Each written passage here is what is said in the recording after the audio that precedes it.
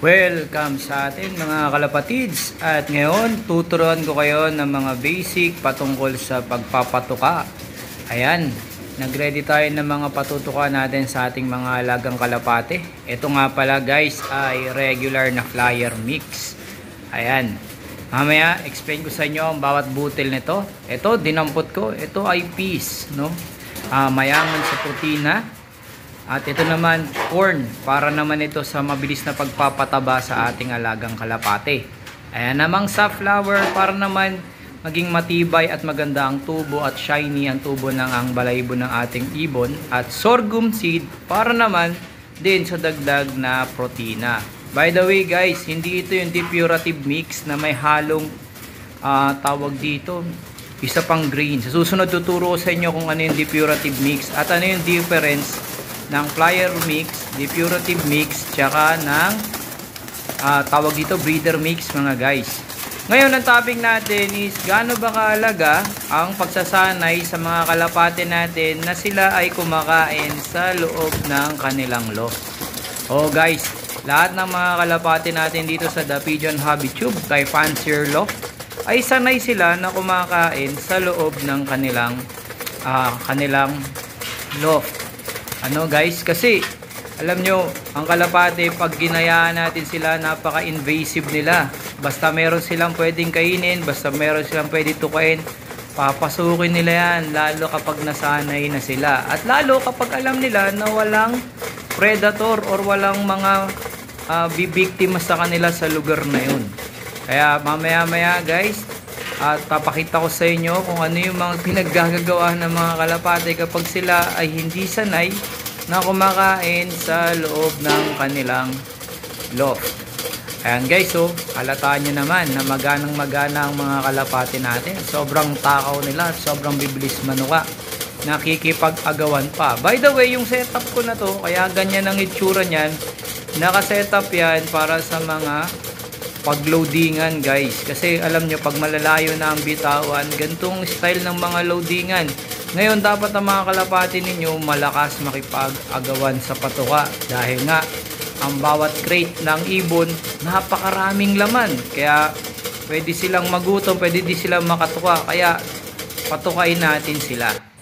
And syempre pagkatapos magpatuka, bibigyan natin sila ng malinis na tubig. By the way guys, ang tubig na ginagamit ko dito ay filtered water, no? Tap water na filtered. Hindi na ako gumagamit ng ano-ano. Tsaka dapat laging malinis ang ipapainom natin sa kanila. At nandito tayo sa aming church sa may taas, rooftop tuloy. Ayan, nakita nyo naman yung mga loft dito, no? Ayan, yung mga ibon. Galing din sa akin yan. Ngayon wala na yung mga breed. Mix na yan, mehekos na yan, kasi hinahayaan lang nila yan nakalaya. At ito, tingnan nyo to. Ayan o, yung planggana na yan, pakakainan ng aso. Dinadayo ng mga kalapate dito sa aming church. Kasi bakit? Itong mga ibon na to, para na silang mga feral birds, no? Kumbaga yung mga nakaalpas lang, nakalaya lang. At hindi na talaga tinetraining, nakagaya ng training na ginagawa natin sa ating mga kalapate. Kaya kung san-san lang sila tumutuka. At napakadelikado niyan guys, kasi kapag ganyan ng kalapate, pwede silang makakuha ng sakit. And take note, pwede rin niyang makahawa. Napakabilis pa naman makahawa ng kalapate ng sakit sa kapwa nila kalapate. Tingnan nyo, chow time! Chow time sila sa pakainan ng mga ano, yun pa, mga naiinggit to, silip, tamang silip. Ayan o, maya lilipad na yan. Ayan, nagliliparan na. Diba? Wala silang pakialam kahit maraming tao silang madadaanan. Actually, wala nga yung pakialam kahit maiputang ka niyan eh.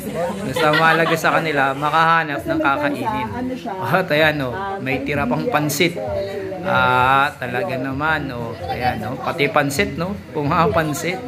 Oh, guys, ang mga kalapate kasi dinagurian silang mga rat from the sky. Ay, rat of the sky, from the sky tuloy.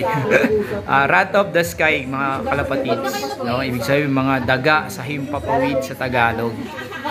Basta pwede nilang kainin, kakainin nila yan. Hindi pa naman yan mapili. no? Kahit gulay, kinakain yan. Basta pwede nilang tukain. Ayan, tamang food trip sila. Food trip. No? Ganyan ang mga kalapate. Kaya dapat sinasanay silang kumakain sa kulungan, sa loob ng kanilang loft. At saka guys, kapag hindi sila sinanay kumain sa loob ng kulungan, naku po, magkakalat ang mga ipot niyan. Yes guys, magkakalat ang ipot niyan. No?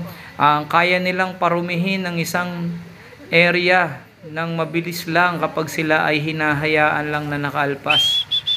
Ito, yan, no? Tingnan nyo. Pag nakaalpas pati ang mga yan at sanay sila na hindi nauwi, kung san-san lang yan nagsisiksikan, kung san-san lang yan tumitira. Kagaya no, ayan, tingnan nyo, sa bubong. O, yan, no.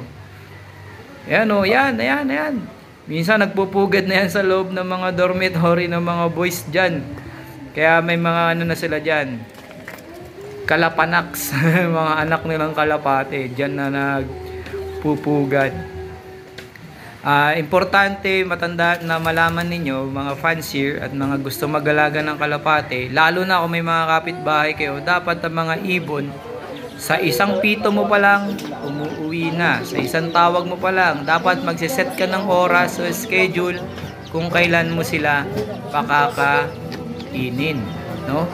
At dapat masanay sila na kapag lalabas lang sila ay para magpaaraw at para mag-training. At sa bawat pito, uuwi na sila.